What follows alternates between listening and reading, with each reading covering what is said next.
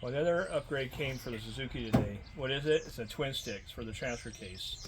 And what does it do? It's so you can shift it into low range without having to be in four-wheel drive.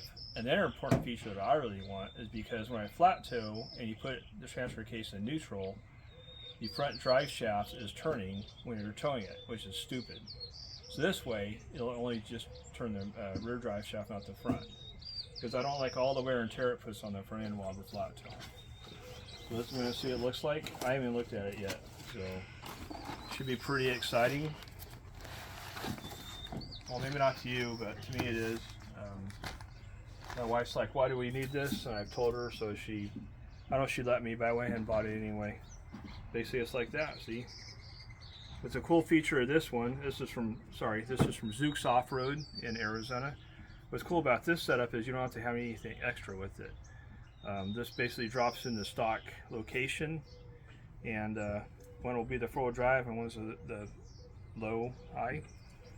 It comes with the shifter boot that goes on the transfer case, which is pretty cool, and two awesome round knobs that are really cool. I'm just kidding about that. And the interior boot, look at that. All right, can you wait? Be pretty cool, I think.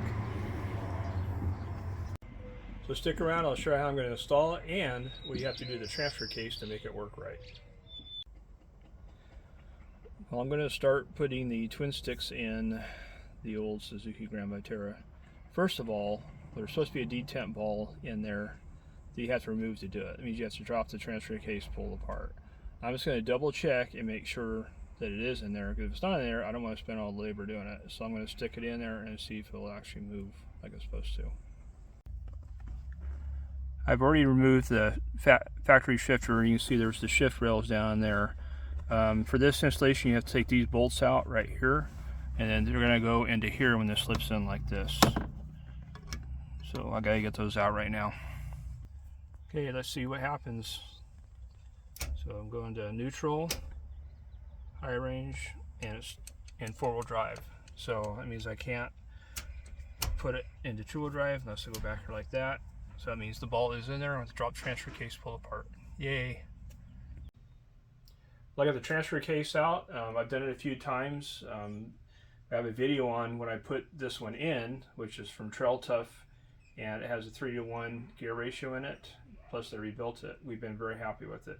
But I want to put twin sticks on it. Main reason why I want to is because on these transfer cases, when you shift them to neutral, the front drive shaft still is turning with the rear drive shaft.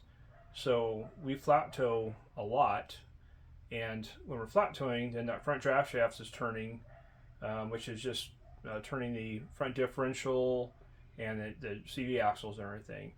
Plus, I think if one CV axle is not turning, then the other one turns. So basically only one's turning because that's the way the front end works, because it's open differential. And so that one CV axle is probably turning twice the speed, which I don't like that. So why do I have to pull it out? Because there's a little ball in between the shift levers. Shift levers are in here, and they go like this right here. These are the detents to hold the shift levers, like when you click them, like that. Well, in this hole here between the shift levers, there's a ball between the two. And the reason why they do that is so you can't shift it into low or high unless you have a four-wheel drive. So basically I got to take this off here, a roll pin out, and this front half off, pop the shift lever out just to get that little ball out of there. So it's my first time doing it, but I think I should all handle it. All right, let's pull this sucker apart.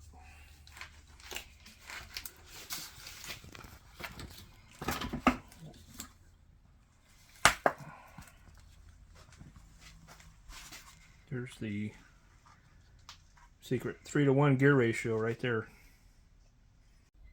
Okay, I already got the roll pin taken out of the shift shaft, and we're going to take out the detent ball. There it is. That will not be going back in. Did all that work just to get that stupid ball out. Well, I got it all slapped back together. A few more things to put on. Pretty happy with it. It's actually pretty easy. Just follow the directions. Time to go eat some dinner. So this is the next day. Everything is cured, all the seal and everything. So I just stuck the twin stick areas to see how it works. You leave the shifter sheet out, and there's going to be some bolts that stick in here, which is pretty cool design because you don't have to buy anything extra. So basically, the twin stick part is this. This is going to be the four-wheel drive side, which is in two-wheel drive right now. You shift it up, that's four-wheel drive. Two-wheel drive. It's in high range right now. That's neutral, and that's low range. So you can run low range two-wheel drive, or you shift it up and four-wheel drive. It's pretty cool. These things look extremely long, so I guess when we get in there, we'll see how it looks. I'm going to have to cut it off and rethread it. But can't wait to put it in. So I've got the twin sticks put in here, and I already tightened the bolts up. I'll show you what I tightened up. So basically, right here, there's a bolt in the back and one in the front. They go sideways, and that holds the whole thing in. It's a little loose, but that's the way it's designed. There is an O-ring that went on this part. I should have showed you that, but I failed for that. And then these Allen screws should be on the passenger side, because this thing is offset just a little bit. And this is the dust cap goes on. He said that the guy who made these said to put soap and water on it. I used silicone, and I had them slid on here already because you have to squeeze them together. Basically, you don't want to tear the boot. So you can see it slides down pretty easy. That's going to slide down over the lip of where the original boot went. I don't know if you call it boot lip, I don't know. But just keep pushing it down. And it's kind of hard to tell. Like if you have a regular one that's not lifted, the body lifted, it'd probably be easier to get to, or maybe not, I don't know. So basically it's on there now. I'm gonna have to put a zip tie around it to hold it on. The original one used a steel band, but it's kind of loose on there, so I'm just gonna use a zip tie. Another thing I was worried about, because since I have a body lift, I got these bottom extended. They extend them 3 inches longer. Yeah, at first I was like, man, those things are freaking long, but I think it's going to be good. So I'll show you in a minute when we start putting the boots on. As you can see, there's the zip tie I just installed. It's nice and snug on there.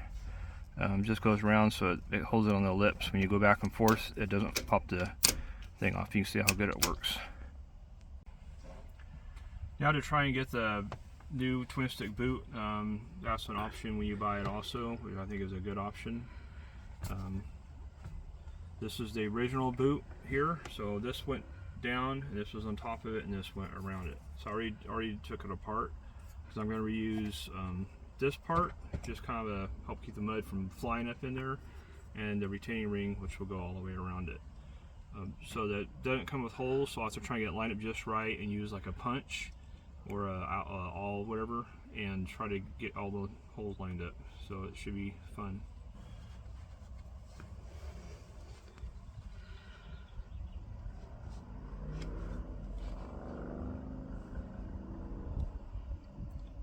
So we just put this initial dust mud boot or flapper, you want to call it, and then put this on. It's let's see here. It looks like it's a low offset. I don't know if it really matters.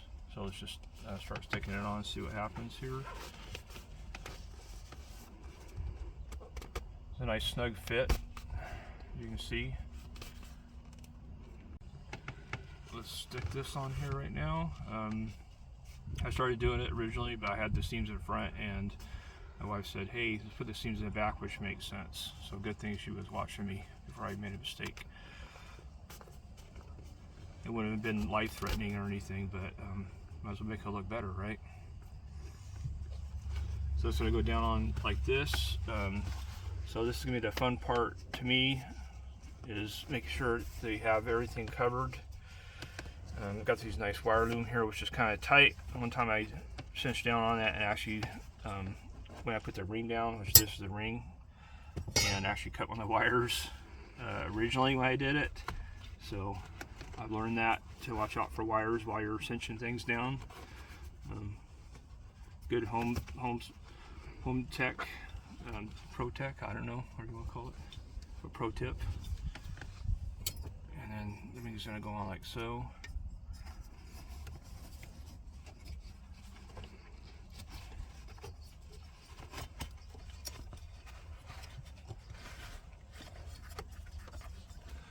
And then we just gotta figure out where the bolt holes are, and I'm gonna use I have an ice pick I'm gonna use to try to get the bolt holes started. Hopefully the bolts will go through this leather pleather or whatever it is.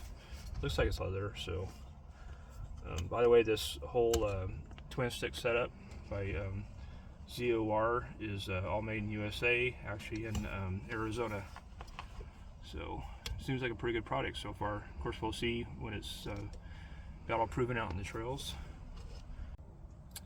It's all bolted in. Got the boot on. After several attempts, I think we've got it good. And so put the trim back on and the knobs, and then one thing I gotta remember to do is put the fluid in the transfer case, or it's gonna be a total mess. Put the trim, start putting it back together, and I'm not happy with it because you can see there's a big old gap there and it looks pretty janky.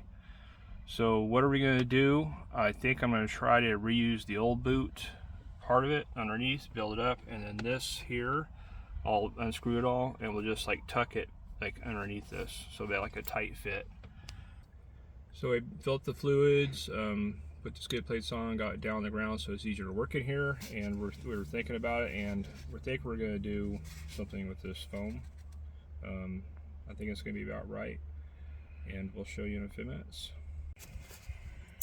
So here's the foam piece I was holding, basically cut whatever you call it, rectangle, I guess. It's going to be basically a spacer. So that's going to be down below. We'll put the boot on top, and then hopefully it's going to sandwich in between here, and it's going to look super awesome. We'll see in a few minutes. Let's put the cover back on and see how it looks here. I don't know how many times I had this off and on the last year or two, whatever. And it's always fun. But that's what you do when you have stuff like this, right? So that's going to go up there like that, and it's going to push down. I think that's going to look pretty good. We just need a little minor adjusting here and there, but goes like that. It's pretty tight, so it's probably going to be nice and snug there, right? I think we're going to be good with that. What do you think? Let me know. Final piece, putting the knobs on. It's pretty self-explanatory. You just basically screw them on. The only thing I think would be cooler is if they actually said what they do, but that might make it cost more. I don't know. Maybe I can figure that out eventually. So it's all done. Which one does what? This was the four-wheel drive side. I've probably said that before.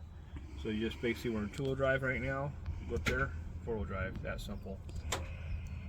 This is the high-low range. Right now we're in high. That's neutral, which it probably started rolling a little bit, and then low range. So that's two-wheel low range. You can't do that on the stock one. And then I went to maximum traction, four-wheel drive. So very happy. Put it back to the drive when I flat toe. You know, I'm in high, so when I flat toe, I'll just put it in neutral, and the front end will not be turning anymore because I'm in two-wheel drive. So I can't wait to go out and try it out, but feels pretty solid and everything, and I'm very happy with the build of it.